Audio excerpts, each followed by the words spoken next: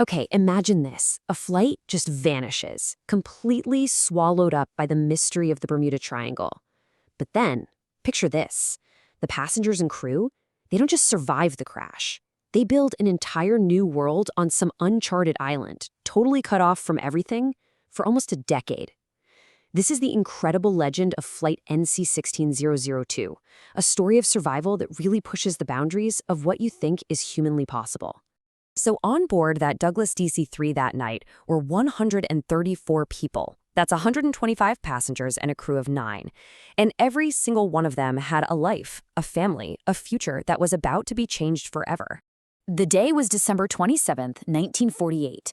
And this flight, it was supposed to be totally routine, just a simple trip out of Miami. But its path took it right over the heart of the most notorious stretch of ocean in the world. You know the place, the kind of place where things go in and sometimes they just don't come out. And for the people on this plane, well, it really seemed like that was going to be their fate. For 9 staggering years, the entire world was convinced they were just gone, lost to the sea. But they weren't. They were alive, and they were fighting like hell to survive in a world that had completely forgotten they even existed. All right, so let's get into it. How does a perfectly normal flight, just minutes away from its destination, suddenly become one of the biggest aviation mysteries and survival stories of all time? What's just wild about this is how fast it all happened. I mean, look at this. At 8:13 p.m., everything is fine. Literally 3 minutes later, the plane is just gone. The captain, Robert Miller, his last words were about some minor technical problem. But what they actually ran into was something else entirely. It was a force of nature that was about to rip them right out of the known world. See, the plane flew into this freak electrical storm that just fried everything. The compass, the radar, all of it, gone. For a terrifying 30 minutes, they were just being thrown around in the sky like a toy. When they finally broke through the clouds, the engines were failing, and they were just hurtling towards the ocean. But then, in a 1 in a billion miracle, the co-pilot spots an island. The plane smashes into this colossal, ancient tree, and its branches basically act like a giant net, catching the plane and saving all 134 people from what should have been a deadly impact. So, okay, they survived the crash, an absolute miracle. But that was just the beginning. The initial shock wore off, and a much harsher reality set in. Now, they had to survive the island. And this, right here, just lays out the brutal push and pull of their new life. The biggest challenge right away was thirst. No fresh water in sight. They were desperate for food, and one man ate a fruit he didn't recognize. He died in agony a few hours later. That was their first death. But even in that darkness, there were these little victories.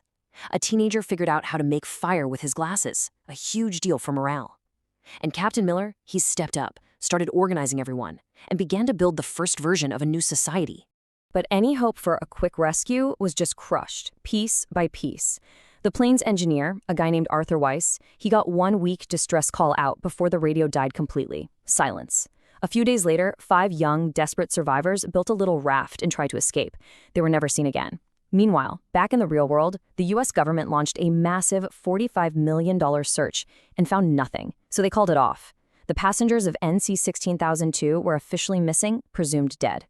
So, with the 5 who tried to escape, and a few others who sadly died from injuries and sickness in those first brutal months, their small community was already shrinking.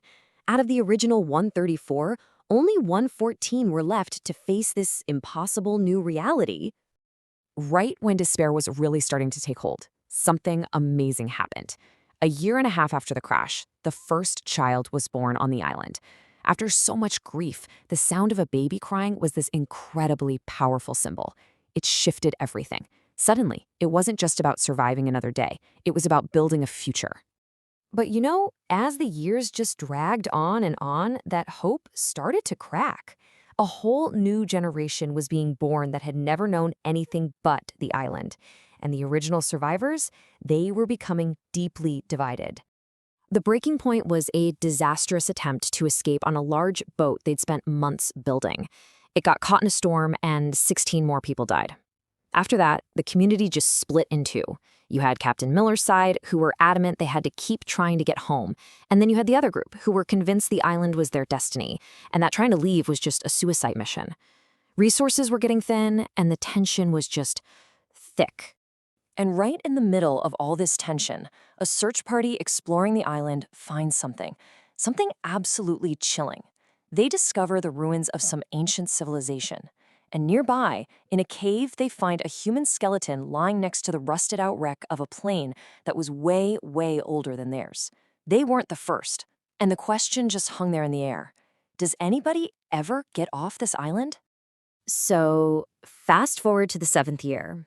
The constant toll of disease, the fighting amongst themselves, the failed escapes, it had all worn them down. Their number had dropped to just 82. And just when it seemed like it couldn't possibly get any worse, it did. In their 8th year, a massive cyclone just flattened everything they had spent years building. And as they were trying to pick up the pieces, a huge earthquake struck, literally tearing the ground apart under their feet. It was like the island itself was trying to finish them off.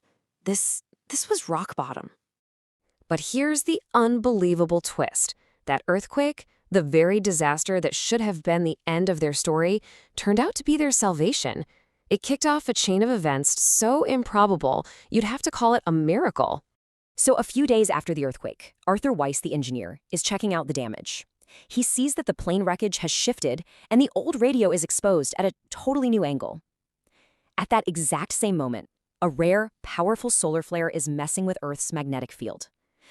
Just on a whim, Arthur starts fiddling with the radio, and a little green light flickers on, for the first time in 9 years. He grabs the microphone, his voice shaking, and sends out a message to a world he was sure had forgotten him. Can you imagine being the operator in Miami who gets that call? He was stunned. He was sure it was some kind of sick joke. But then Arthur gave him the plane's registration number, the captain's name, the flight date, and just dead silence fell over the control room. It was real. A massive rescue operation was launched immediately, scrambling to search every single island in the area. They kept a huge signal fire burning day and night, just waiting. And then, one morning, they saw it, a tiny speck on the horizon that slowly grew into a U.S. Navy ship. After 9 years of pain and struggle, it all just poured out in this flood of tears and screams of joy. The 82 survivors, including kids who had never seen the outside world, were finally going home.